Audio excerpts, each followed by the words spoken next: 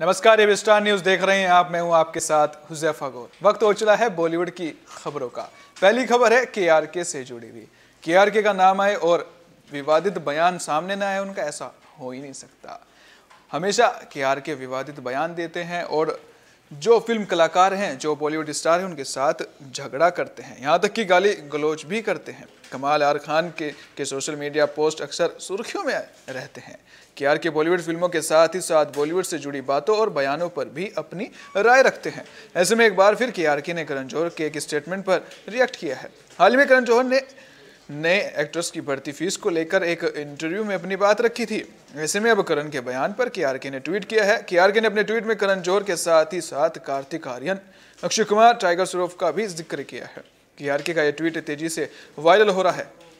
केआरके ने अपने ट्वीट में करण जौहर को टैग करते हुए लिखा, प्यारे करण जौहर, तुमने एक इंटरव्यू में कहा कि तुम्हें नए एक्टर कार्तिक आर्यन को 20 करोड़ रुपए क्यों देने चाहिए, क्योंकि तुम्हारे साथी प्रोड्यूसर दे रहे हैं। हाल ही में एक प्रोड्यूसर ने टाइगर श्रॉफ को 50 करोड़ और अक्षय कुमार को 150 करोड़ रुपए में साइन किया था, जबकि थिएटर बिजनेस जीरो रहा। बता दें कि नए एक्टर्स द्वारा लगातार फीस बढ़ाने जाने की बात पर फिल्म मेकर करण जौहर ने रिएक्ट किया था।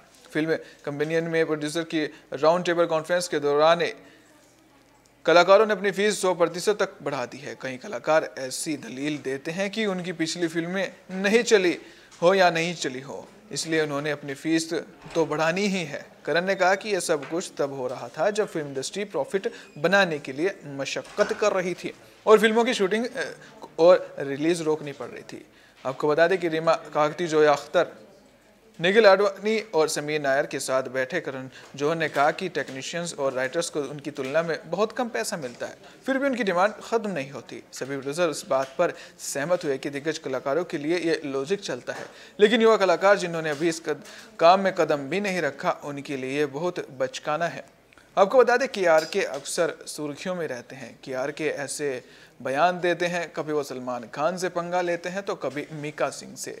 जैसा कि हमने पहले भी आपको बताया कि केआरके ने मीका सिंह से जब पंगा लिया तो मीका सिंह ने उन पर एक सॉन्ग भी लिखा था, साथ ही उसको गाया भी था और सॉन्ग काफ़ी ही कह सकते हैं विवाद में रहा था। फिर उसके बाद केआरके ने उनके ऊपर एक सॉन्ग बनाया जिसका अभी हम जिक्र तो नहीं कर सकते क्योंकि उसमें अभद्र भाषा का भी इस्तेमाल किया गया था।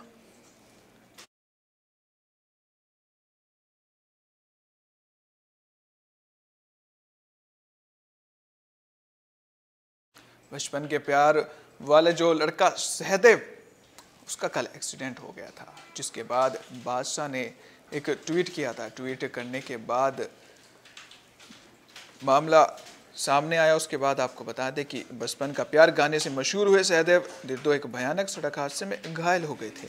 बताया जा रहा था कि शाबरी नगर ये घटना हुई और आनन फानन में सहदेव को अस्पताल में भर्ती कराया। सहदेव दिर्दो छत्तीसगढ़ के रहने वाले और जैसे ही एक्सीडेंट की खबर सामने आई, लोग सोशल मीडिया पर उनके लिए दुआएं मांगने लगे।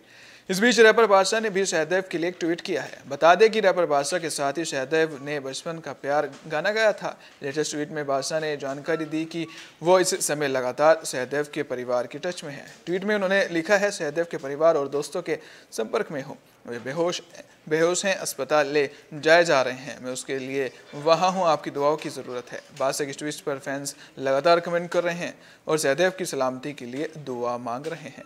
साल 2019 में सहदेव का गाना बचपन का प्यार सोशल मीडिया पर खूब वायरल हुआ था।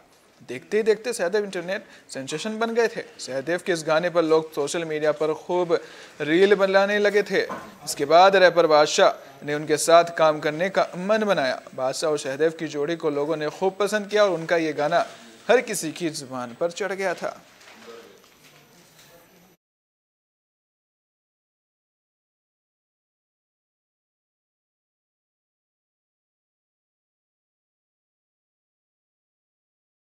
शहनाज गिल का एक वीडियो सामने आया था, जिसके बाद आसिम रियाज ने उस पर रिएक्ट किया। जिसके बाद आसिम रियाज को शहनाज गिल के फैंस और साथ ही आसिम रियाज के फैंस ने भी काफ़ी ट्रोल किया था। सिद्धार्थ शुक्ला के निधन के बाद शहनाज गिल ने पब्लिक स्पेस से एक तरह की दूरी बना ली थी। हाल ही में वे अपने मैनेजर कुशल जोशी की सगाई की सेरेमनी में शामिल हुई, जहां उन्हें डांस करते हुए देखा गया। यह देखकर उनके फैंस काफ़ी खुश हुए कि वे फिर से बेहतर महसूस कर रही हैं। इसी बीच आसिम रियाज ने एक ट्वीट कर दिया, जिसके बाद शहनाज के फैंस भड़क गए और उन्हें ट्रोल करने लगे। अब इस पूरे मामले पर आसिम ने एक ट्वीट और किया और अपनी सफाई दी। उनका कहना है कि उन्होंने शहनाज को लेकर कुछ भी नहीं कहा था, बल्कि उनके ट्वीट को गलत तरीके से ले लिया गया। आसिम ने लिखा था कि कुछ डांसिंग क्लिप्स देखे, कुछ लोग इतनी जल्दी अपनों को भूलकर आगे बढ़ जाते हैं, क्या बात है। यूजर्स ने जब ट्रोल किया तो अब आसिम ने एक पोस्ट लिखकर सफाई दी। उन्होंने लिखा, दोस्तों मेरा ध्यान इस ओर गया और मुझे लगता है कि अब मुझे इसे साफ करने की ज़रूरत है। मैंने पिछले महीने जम्मू में अपने एक करीबी दोस्त को खोया। उसी ग्रुप के मेरे कुछ दोस्त गोवा में अभी पार्टी कर रहे हैं। आसिम आगे लिखते हैं कि मैं तो असल में उनके बारे में बोल रहा था, ना कि आपके बारे में, जिसे आप सब सोच रहे हैं। और एक बात याद रखिएगा, अगर मुझे कुछ कहना होगा तो मैं सीधे आकर मुंह पर कहूँगा।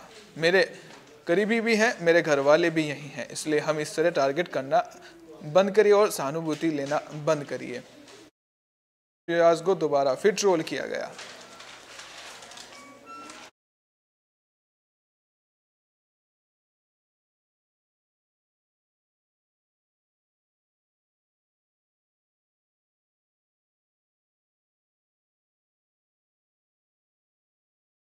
राजेश खन्ना की बायोपिक बनाएंगी फराह खान। दरअसल आपको बता दें कि उसमें एक्टर कुछ जाने पहचाने तो ज़रूर होंगे, लेकिन आपको बता दें कि फराह खान ने बड़ा ही दिलचस्प तरीके से इसका खुलासा किया है। सुपरस्टार राजेश खन्ना की बर्थ पर उनकी बायोपिक बनाए जाने का ऐलान कर दिया गया है। प्रोड्यूसर निखिल द्विवेदी ने राजेश खन्ना की बायोपिक बनाने का जिम्मा उठाया है। Film best seller novelist Gautam Chintamani की किताब dark star the loneliness of being Rajesh Khanna पर बेस्ड होगी। प्रोजेक्ट के बारे में प्रोड्यूसर निखिल ने कहा, हाँ मैंने गौतम चिंतामणि की किताब डार्क स्टार के राइट्स ले लिए हैं और फिल्म बनाने के लिए मेरी फराह खान से भी बात चल रही है। फराह खान बायोपिक का डायरेक्शन करेगी। निखिल ने कहा, अभी के लिए मैं सिर्फ इतना ही कह सकता हूँ, जैसे ही जब भी इस बारे में कोई मेजर डेवलपमेंट होगा तो मुझे जानकारी शेयर करने में खुशी होगी, क्योंकि मैं राजेश खन्ना की कहानी को बड़े पर्दे पर लाने को लेकर काफ़ी एक्साइटेड हूँ। फराह खान जो कि इस फिल्म की निर्देशक हो सकती हैं, उन्होंने कहा, मैंने गौतम की किताब पढ़ी है और यह कमाल की है। जहाँ तक राजेश खन्ना की बायोपिक फिल्म में उनका रोल प्ले करने की बात है, तो आज तक की बता दें आपको कि मैंने द्विवेदी ने कहा, मैंने कास्टिंग के बारे में भी बिल्कुल अभी नहीं सोचा। मैं कभी भी कास्टिंग के बारे में नहीं सोचता हूं, क्योंकि ये निर्देशक का काम है। डायरेक्टर जिसे फिट समझकर कास्ट करेगा उसे मैं सहमति से शामिल करूंगा। फराह खान ने कहा, यह वाकई में एक कमाल की कहानी है। हम इस बारे में बातचीत कर रहे हैं, लेकिन अभी मैं इस बारे में कुछ और नहीं कह सकती। राजेश खन्ना ने इंडस्ट्री में अपने कमाल के सफ़र के दौरान 17 सुपरहिट फिल्में दी थी। इनमें से 1969 से लेकर 1971 के दौरान 15 तो वे फिल्में थी जिनमें वो सोलो स्टार थे। लेडी फैंस खून से, आपको बता दें कि जो लेडी फैंस थी खून से उनके लिए लेटर लिखती थी। राजेश खन्ना की फ़ैन फॉलोइंग का आलम ऐसा था कि कहते हैं उस दौर में फीमेल फैंस उन्हें खून से लेटर लिखा करती थी।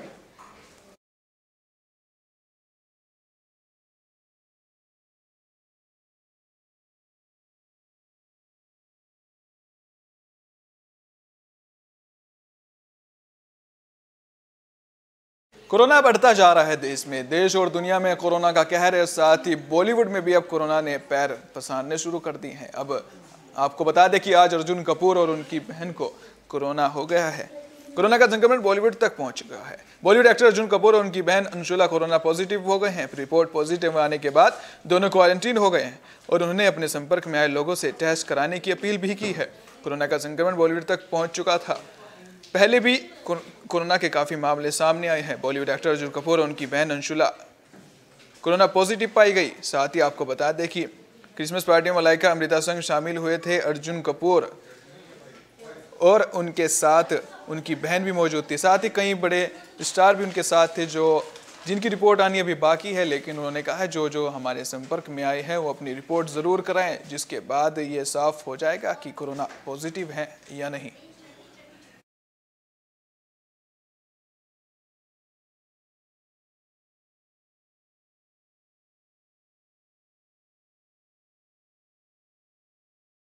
बॉलीवुड धमाल में फिलहाल इतना है। देखते रहिए स्टार न्यूज़, क्योंकि यहाँ पर खबरों का सिलसिला कभी नहीं थमता। दीजिए इजाजत, नमस्कार।